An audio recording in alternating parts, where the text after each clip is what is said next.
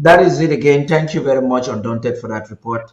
That is it again, Barrister Fru. We find ourselves in a situation where no matter what we do in Cameroon has a strategy and they are on it. They want normalcy at all costs.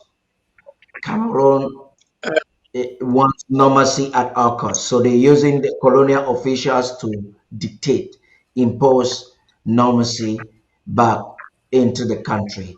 It started in Momo, in Bengui, in Menemo, and now we've seen them digress and re-strategize. And they're doing it in different counties, just the exact same thing. This is an apology.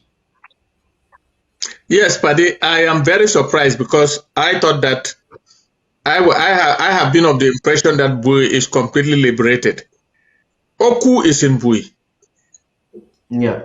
I am now calling on Shey Yembo and Major General Tokandu to ensure that they protect the people of Oku. To ensure that the Bui warriors protect the people of Oku because they deserve protection. How and that divisional officer, he is heavily armed, he comes protected and calls the shot and making people to pay 2,000 francs each for what? We must react on this. Our Ambazonia State Army must react on this to show that we control the land, not La Republic of Cameroon. I'm surprised to see a duo standing in Oku. That is the place where Philemon Yang comes from. Meaning that Philemon Yang has done everything to protect him to the extent that he can come to Oku, stand in public, and threaten our people and collect 2,000 francs before they open their shops. We must show them that we own the land. And I'm calling on the Bui warriors and the Bui County to ensure that the people of Oku are protected and that land is taken over and chase away that so-called deal. Because he has no business doing that. Most of his colleagues are living in Bamenda Station. How did he get to Oku? That is my take.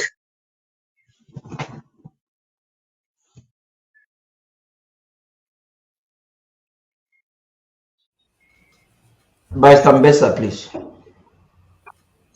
What I think I would say here is, see, why the enemy changes tactics, we should also change our own tactics. I don't think That's the discussion I'd like us to have. I don't think locking up stores is even a tactic that will require our restoration forces to go fight for them. Why they can lock your store, they cannot force you from your house to go and open it. And the stores in the town, they're owned by a few people that you can count them.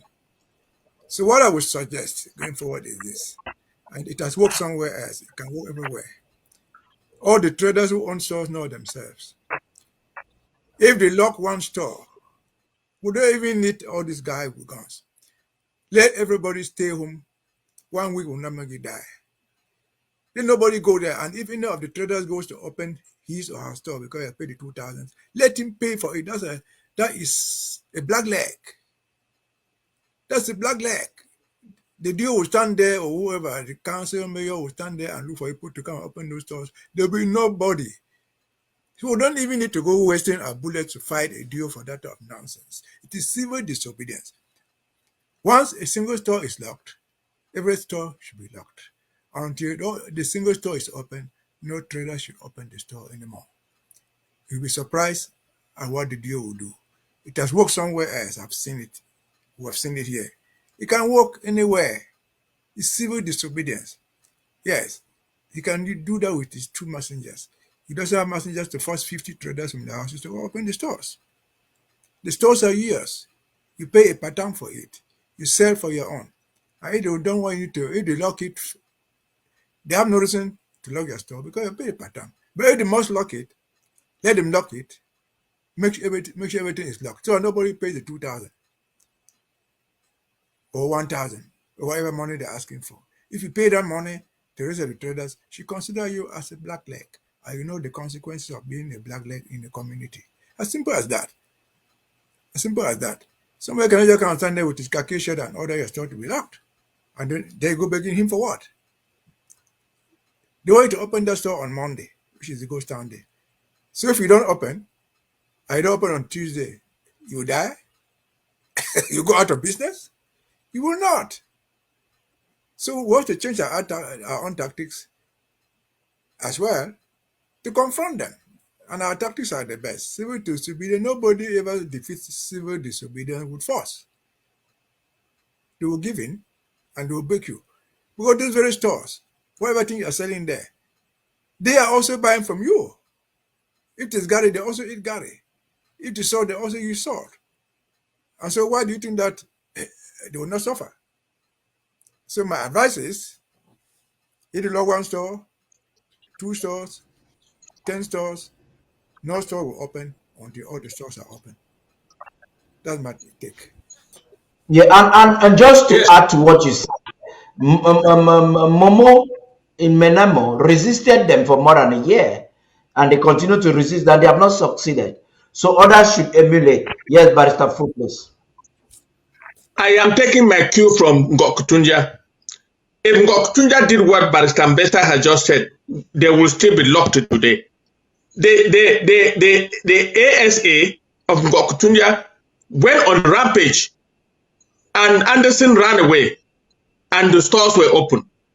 If we go the route of civil disobedience, everybody goes away. First of all, the civilian population is going to suffer because they will not buy what they needed to buy for their daily use. They will not. The market will be closed. They will be losing income, and it's not good for the population to be starved in that manner. All I'm saying is that the warriors should do what Ngokutunja did to ensure that, because for the case of Ngokutunja, it was even the SDO, one Anderson. So civil disobedience is good, but it's not good when it comes to letting a businessman lock his store for weeks and weeks and weeks without making money. So our state army is supposed to protect the people of Oku. So they should go on the rampage and make sure that those stores are open and make sure that nobody pays that money if they have not paid already. That is what I'm saying. Yeah. Well, thank you. Thank you very much. There's something that also happened in Bowie, where because of the fall of FM, Mr. Cho Ayaba called for a ghost town, and we saw the ASAs in Bowie Exactly. rejecting it. That's quite important. You want to react to that, Barrister Fru, before we get to Barrister Mesa? Yes, because that is exactly where the ASA is. That is its role. They did what they had to do to ensure that Ayabacho and his gang of thieves do not call the shots in Bowie. And it was immediate and swift.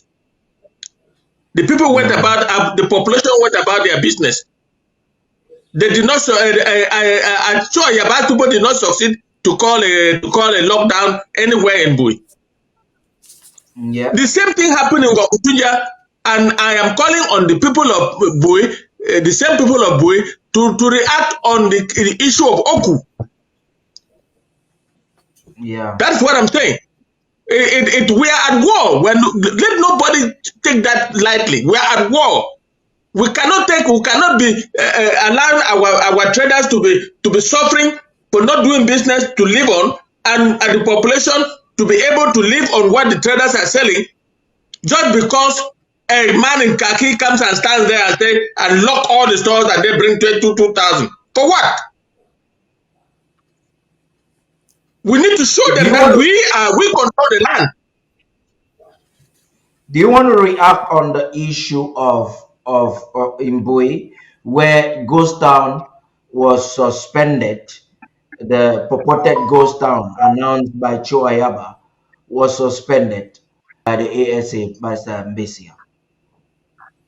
Well, if you suspended it, it's because you realized that it was not going to succeed. As simple as that. No, the ASA actually suspended a Cho Ayaba's ghost town in honor of and the fall enforced of it, and they enforced it.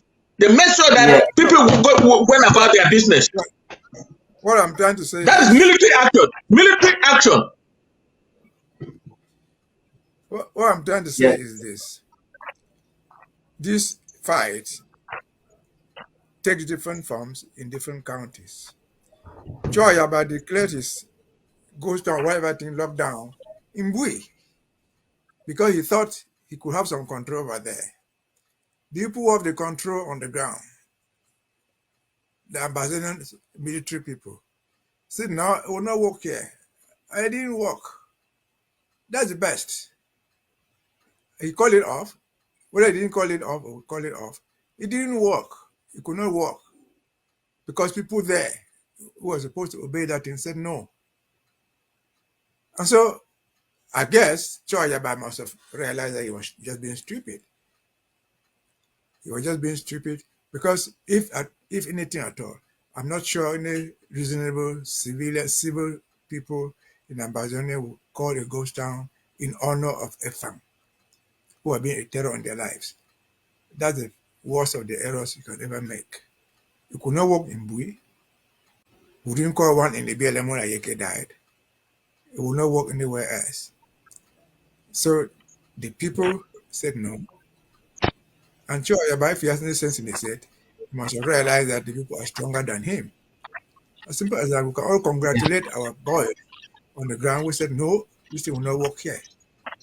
And they succeeded. So congratulations for standing up to the bully. Because what your Yaba was trying to do was just to be a bully there. To bully the terrorize the community. Yeah. But he has failed, at least by the action of our restoration forces there. They have shown him that look, what he did in Momo, you're not going to do here in Bui. And they even told him in that audio that this is not Momo. Yes. So at least he has been And so this is dangerous. together with a county At that's least he has been well so dangerous. constituted, They can a find county himself where in a county that has a better administration. It only tells us that others can emulate, not just Momo. Mezam can also emulate in this character and ensure that the ATF is completely wiped out from Ambazonia. We've long established that the ATF of Chuayaba is an enemy force in Ambazonia. You wanted to say something very briefly, Barrister Fru, before we conclude I wanted on to the say community. that. I wanted to say that if we had forces in minimum, the people would not have been suffering today all the stores are locked. Everybody is suffering. If you don't go to Bamida, you cannot buy anything. It cannot happen in Bui, and it's happening in Oku, which is in Bui, and therefore calling on the same Bui warriors that stop at Choayaba to go to Oku and ensure that they liberate Oku from that khaki man standing there. We hope that leadership That's is what I'm listening saying. to you. Let's move on. Yep. There is something. There's a press release just coming in here from the Secretary of State for Communications and IT, and it is captioned: "The government of Southern Cameroon's Ambazonia issues a complete ban on taxation and sends a stern warning to colonial administration and municipalities regarding illegal increase in the rental cost of private or municipal stores." In a statement Good. addressed colonial mayors, administrators, and the general population, and especially the people of Bamenda, the government of Southern Cameroon's Ambazonia strongly opposes any attempts to increase municipal rental costs in Bamenda. The government, through this communication, emphasizes that there should be no increment, not even in a dime or 5 cents, in the rental cost of stores, both private and municipal. it explicitly directs traders not to pay any additional rental cost, warning colonial administrators and individuals against attempting to collect such funds. Furthermore, the government insists that any individual whose store is seized due to known payment and additional money demanded by unelected colonial mayors should promptly report the incident. The report should include details about the confiscation and the person taking over the store. The Federal Republic of Ambazonia emphasizes the importance of reporting such cases to the Ambazonia State Army to address violations of international and Ambazonian laws. On this note, the government upholds citizens' right to collective resistance against extortion and banditry and urges the public to report any such actions contrary to the laws of Ambazonia to the relevant authorities. The government and authorities stand ready to address and investigate any attempts to force the population to pay unauthorized amounts. During this time of war, the government categorically rejects any attempts to tax the people as punishment, stating that the colonial administration has already extracted enough from Ambazonia for 62 years. The government demands that they cease from imposing any additional cost or punitive fines on the people with the intention of disturbing stores to relatives. The Federal Republic of Ambazonia declares its determination to resist unlawful taxation and is confident that the colonial administration will not succeed in their endeavors with the intention of confiscating stores and redistribution to relatives and non-citizens. Signed by Martin Mungwa, PhD, Secretary of State for Communication and ID. This is quite an instrumental statement, but there is one Yeah. question because I stand in the state of the people. There is one question: enforcement.